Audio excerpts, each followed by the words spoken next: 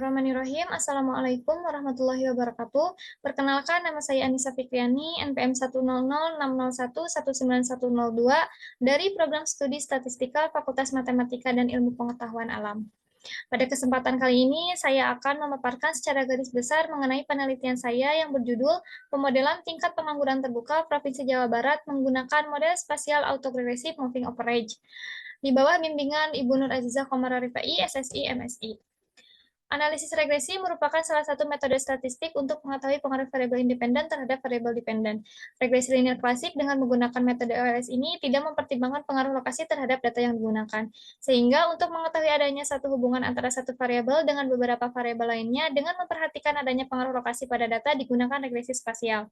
Pengaruh lokasi tersebut tidak dapat diabaikan karena dapat menyebabkan estimasi yang tidak efisien dan kesimpulan yang kurang tepat. Menurut Anselin sendiri, SARMA merupakan salah satu model regresi spasial yang menggabungkan antara model SAR dan model SEM. Model SAR merupakan model spasial yang terjadi akibat adanya efek spasial pada leg variabel dependen, dan model SEM terjadi akibat adanya efek spasial pada error. Jika data menghasilkan dependensi leg dan dependensi error pada variabel, maka dimodelkan dengan SARMA. Metode SARMA ini telah digunakan dalam beberapa penelitian, salah satunya di bidang ekonomi, yaitu penelitian mengenai persentase penduduk miskin di Jawa Timur, dan penelitian mengenai konsumsi pemerintah dalam perekonomian Jawa Timur. Provinsi Jawa Barat sendiri merupakan provinsi yang memiliki tingkat pengangguran terbuka tertinggi di Indonesia, yaitu sebesar 8,31%.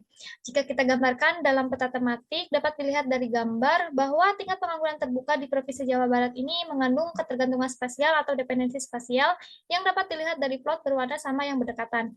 Semakin tinggi tingkat pengangguran terbuka di suatu daerah akan menyebabkan penduduknya mencari daerah lain di sekitarnya yang memiliki kesempatan kerja yang lebih besar.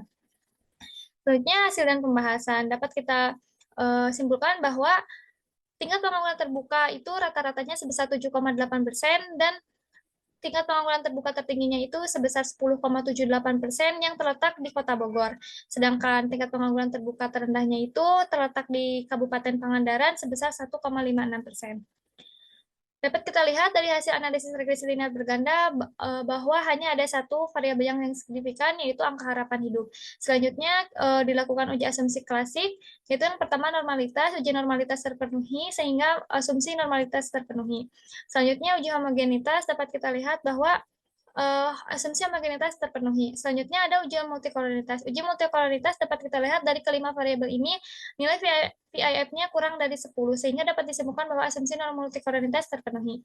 Selanjutnya membuat matriks pembobot spasial. Matriks pembobot spasial yang digunakan pada penelitian ini yaitu matriks ketetanggaan dengan jenis Quine contiguity, di mana persinggungan ini didimensikan sebagai 1 untuk wilayah bersinggungan sisi atas sudut dan 0 untuk wilayah lainnya. Diperoleh matriknya sebagai berikut.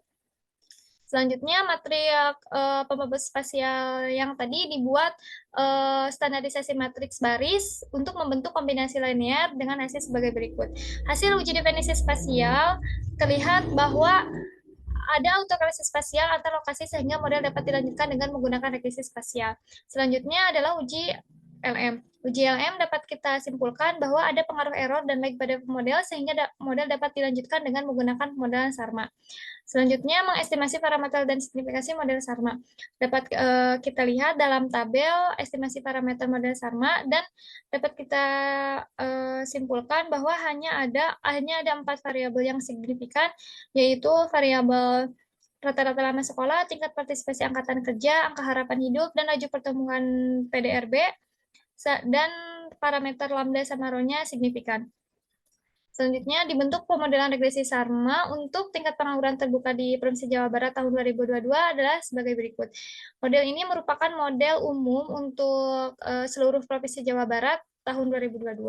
Nah, selanjutnya, untuk masing-masing kabupaten kota, model disesuaikan dengan pembobot yang telah ditetapkan pada setiap kabupaten kota yang diamati. Sebagai contoh, ini saya menggunakan Kota Bandung, dapat dilihat modelnya sebagai berikut. Jadi dapat kita simpulkan bahwa tingkat pengangguran terbuka di Kota Bandung ini dipengaruhi oleh daerah yang berdekatan, yaitu Kabupaten Bandung Barat, Kabupaten Bandung, dan Kota Cimahi, yang berpengaruh menurunkan tingkat pengangguran terbuka di Kota Bandung sebesar 0,176%, sedangkan nilai error pada ketiga daerah tersebut berpengaruh meningkatkan tingkat pengangguran terbuka di Kota Bandung sebesar 0,2406%. Selanjutnya untuk melihat keberartian model menggunakan pseudo R-square, diperoleh pseudo R-square-nya ini 0,69 yang artinya bahwa model mampu menjelaskan keragaman dari tingkat pengangguran terbuka di Provinsi Jawa Barat sebesar 69% dan sisanya sebesar 31% dijelaskan oleh variabel lain di luar model. Jadi, sehingga dapat disimpulkan bahwa data terdapat efek spasial dan dari hasil uji LM diperoleh bahwa model Sarma ini signifikan sehingga diperoleh model Sarmanya ini sebagai berikut.